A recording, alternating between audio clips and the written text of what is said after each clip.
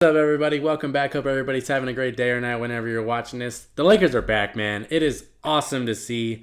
They came back from 27 on the road against the 6 seed Mavericks, who are a very, very good team. Came back down 27. I'm going to break down this team and the projection that I think that they can hit. I want to compare them to the 2020 title team as well. Before I do, if you're new to the channel, please subscribe. And if you enjoy this kind of content, please like the video. But the Lakers are freaking back, man. Thank God. So before today, on the season, teams that were down 27 plus were 0 and 138. 0 wins, 138 losses. Now it's 1 and 138 because the Lakers came back and they're the first team to do it all year long. And this team is special. They have the makings of being able to be a very, very good team. Their chemistry is up. They're playing fun basketball. And today was it was a mess, right? You start the game, you're down, 20 pretty early on in the second quarter. The Mavs are literally hitting every single three that they possibly can, contested, whatever it may be, step backs, just impossible shots half the time, right? You would think that the percentile that you're hitting that at is 20% at best. They were at 75. It was insane. And then, of course, on the flip side of it, we couldn't hit a damn shot to save our life, right? So, when it rains, it pours. But it can't rain forever.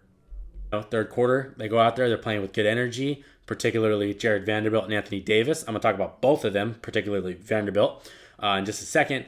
But, they roll them pretty much the entire second half, just dominating, stifling defense. They played a very, very complete second half and made the comeback, right? But I did say I wanted to talk about AD and Jared Vanderbilt. I'm going to talk about Vando first because what a special game. 15 points, 17 rebounds, and 4 steals with great defense on Luka. He held Luka to 26 points and 5 assists with 6 turnovers. Just being able to, Luka goes for 30 plus almost every single night. Being able to make it a little bit harder on him and playing very, very good point of attack defense, picking him up full court. That stuff's amazing. 8 offensive rebounds.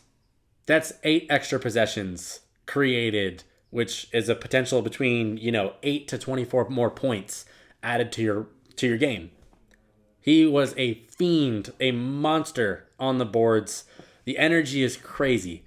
He's everywhere. He's infectious, and I think what happens is when you get a guy like that on the team that is, balls to the wall, other guys are kind of like, all right, I can do that too. So then other guys start doing it. So you see Anthony Davis getting more aggressive. You see LeBron getting more aggressive.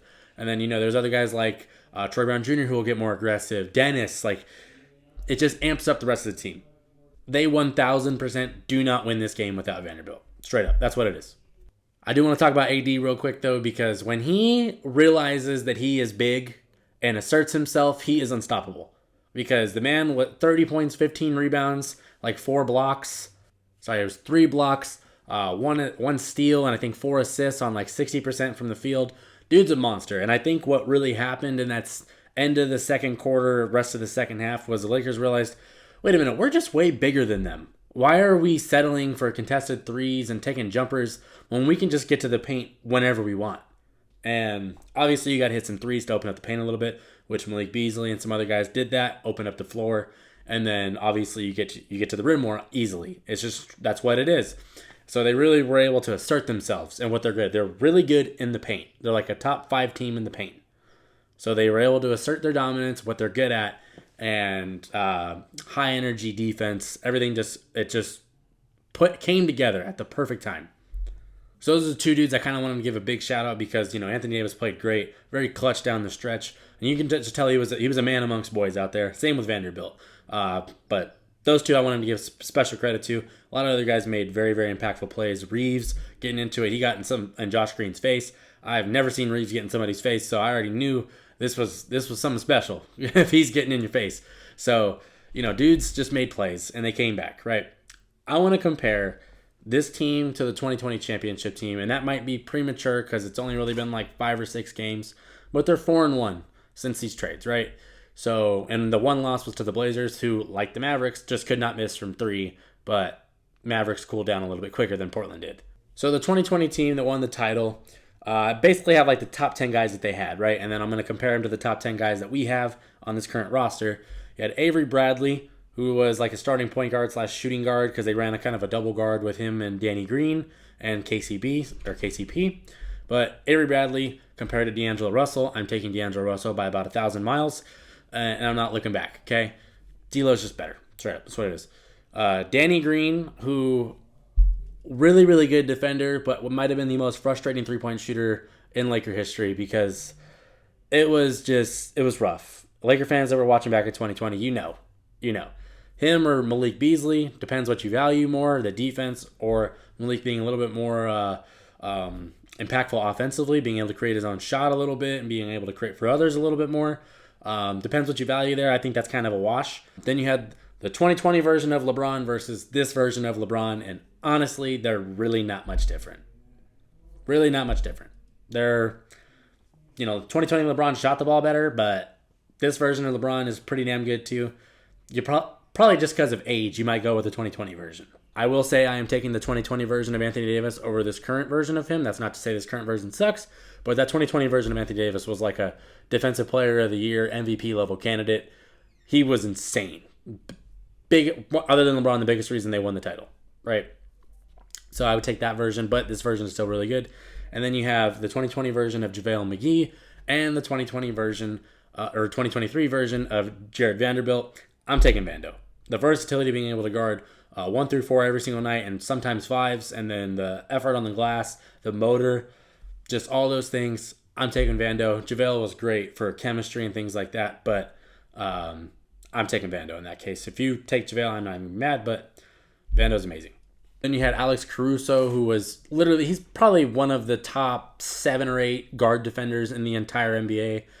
Maybe higher than that, honestly. He's elite on that end, but he leaves you with a little bit of, leaves you wanting a little bit more offensively. And then you have Dennis Schroeder this year, who gives you more offensively. Still really good at point of attack. He's not as good as, he's not as good as Caruso at point of attack defense, but he's a better passer. He's a better scorer. So I think that one's kind of a wash. Just depends what you value more. I don't know. I like both of them because those guys both do great things. They play different. Then you had Kyle Kuzma, and I have it as Austin Reeves being like our second guy off the bench, 7th player on the roster essentially. Kuz was in a spot where he didn't really fit too well. He had to get to a role that wasn't really for him, being that guy off the bench. He was supposed to be the 3rd star of that whole thing. Never really kind of came to fruition. Obviously, he still won the title.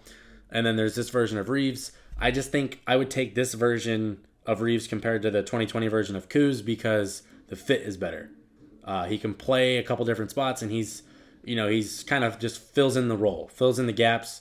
And not to say Kuz didn't do that, but I think fit was better with Reeves this year. Then I had Rajon Rondo and Troy Brown Jr. That's a wash in my opinion. For most of the regular season, Rondo I hated watching him because the team sucked every time he was on the floor. But playoffs, he turns it up all the way, and you got to give him his flowers for that. Troy Brown Jr. has been just a consistent, decent player. Like for the minimum, I think for his contract, I think it was a good deal. What he's providing. So regular season value, I think Troy Brown's probably more valuable than Rajon was at that point. But postseason, saying we get in there, I think it's, I don't know, because Rondo was on some crazy stuff in that playoff run. Then you had Kentavious Caldwell-Pope, who is shooting the lights out this year. Great player. He was really good then. He's really good now versus Rui Hachimura. I'm taking KCP over Rui. I think his guard defense, his three-point shooting was something that was really, really valuable. Rui kind of just hasn't really found his role yet, which it's tough. He's kind of in the similar situation that Kuz was in. So maybe that would have been a better comparison. But I think you probably are taking KCP over Rui at this point and at that point. I mean, fair enough. Then you had Dwight Howard and Mo Bamba. Dwight was awesome on that 2020 title team. He was great. Mo Bamba has had some good moments so far, but we'll see how I put him as like an incomplete this year, but Dwight was great then, so I think at this point you're probably taking Dwight. So when you look at all those metrics, all those guys that you just listed, this team is very, very comparable to that in terms of talent and ability. 2020's team was probably better on defense. They got the best version of AD, and they had really good chemistry. This team that we have right now in 2023, better shooting, better shot creation. They have a better 3rd star in D'Angelo Russell. And, they have Jared Vanderbilt, who's a Swiss Army knife. They didn't quite have that on the 2020 team, so I'm crediting that as like the pros for each team, right? And I think the one thing that both these teams have in common is these rosters have something to prove. A lot of those guys on that Lakers 2020 team were written off and expected like out the league essentially, or people thought that they were busts or just not good enough, right? Avery Bradley was one of them. Danny Green, people were saying that was an overpay. People hated on KCP. There was Alex Caruso just not being very good offensively was a thing, which is really not all that true. So there's a lot of guys playing for something. LeBron trying to prove that he could still win at a high level in LA. Anthony Davis proving that he could be a guy on a championship team. There was a lot of things being proven for that 2020 team. 2023 is no different, in my opinion. You got D'Angelo Russell trying to prove that he's worthy of another max contract. What better way to do that than ball out on a team that makes a playoff run and be an effective third star? Best time to do it. Dennis Schroeder trying to play for his spot in the league, essentially. In my opinion, he's a starting point guard. Like, he's a starting caliber point guard, but I think he plays better off the bench. I think his value is better that way. I think Schroeder's playing for something. Troy Brown's playing for something to still be in the league. Mo Bamba's playing to show that he wasn't a bust and that he can provide value to a good team. There's probably more. I mean, Vanderbilt, we already know. Like, he's just trying to prove that he's here, that he's a very good NBA player, and I think that is enough. You got Austin Reeves playing for his next contract because, honestly, that dude's looking like he's probably going to get 3-4 years, $60+ million. Like, he's a really damn good player. For, outside of the Laker fan base, people probably really don't know how good he actually is. But the shooting, the creation, he plays really good defense. He's a damn good player. So he's trying to prove himself to the league, essentially. And what better way to do this for all these guys than to make a good, deep playoff run and be a team that was written off in the beginning of the season that is now scary, in my opinion. I think the sky is the limit, but my question to you guys, do you think they get past the 8 seed before the playoffs? Do you think they can get into the 7 or the 6 seed? I think they're like a game and a half back of the 8 seed right now. And obviously we still got like 20 games left. I think they can get to the 8 seed or above. Their goal is 6 seed. We'll see if that pans out. There's really only like 2 game difference. They just beat the 6 seed on the road after falling back by 27. So I like it. I like how they're projecting. They're D'Angelo Russell's probably back in the next game. LeBron's ankle's probably fine. Who knows if he plays against Memphis, but I like it. This team looks like they're back, and it's finally fun to watch again. If you're new to the channel, please subscribe, and if you enjoy this kind of content, please like the video. But shout out the Lakers and shout out Jared Vanderbilt because they don't win this game without him. I'm done here. Peace.